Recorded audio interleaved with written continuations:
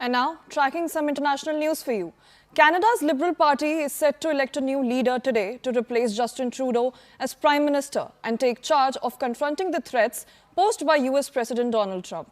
The front-runner in the race is Mark Carney, who is a seasoned economist and former central banker. With a reputation for navigating crisis, Carney led Canada's central bank through the 2008 financial crisis and later became the first non-British governor of the Bank of England in over 300 years. As governor, Carney played a crucial role in Canada's swift recovery from the financial crisis, earning bipartisan praise in Britain.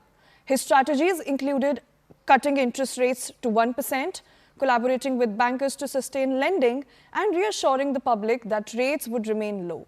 Now, Carney is set to take the helm of Canada's Liberal Party, with a focus on addressing the economic threats posed by US President Donald Trump's tariffs. Some clear signs are emerging that the selection of a new Liberal leader and consequently new Prime Minister of Canada could spell the beginning of the end of a lot of India's troubles with Canada. The new leader will be elected in a vote by about 140,000 party members for a start. The new Prime Minister, most likely Mark Carney, will have no time for perpetuating those India quarrels. Canada is confronting an existential crisis under the wave of Trump's tariffs. Carney would carry the responsibility of steering Canada through all this.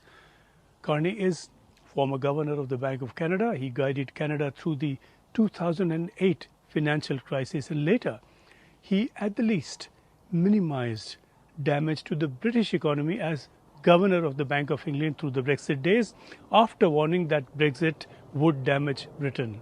If ever Canada has needed a smart economist to steer it through a crisis, it is now. And Carney has appeared almost on cue. Carney has indicated already the broad policies he would adopt if elected Prime Minister. He said he would seek to reinforce the Canadian economy with new measures that would include deals with major economies, including a number of countries in Asia. India necessarily would be a prime country to deal with. Canada, he has said, has a lot in common with such countries and would look to diversify its economy with them. Among the casualties of Trudeau's hostility was the free trade agreement talks between India and Canada, which were suspended in September of 2023.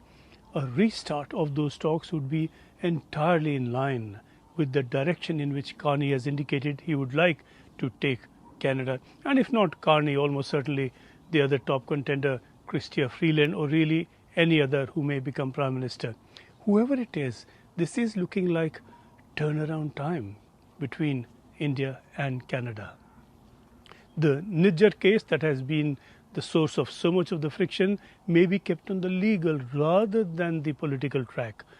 4 Indian nationals have been charged in that murder case that will now take its own course unless anything emerges to show an Indian government hand. So far, we've had allegations, not evidence.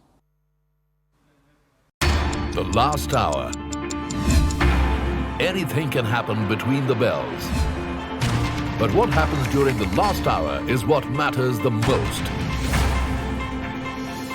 The biggest market swings. A close-up look at what's driving them and how the investors are reacting. Watch the most seasoned market mavens guide you through the most important hour of the trading day.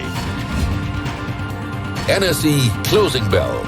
At these times, only on CNBC TV 18 and CNBCTV18.com.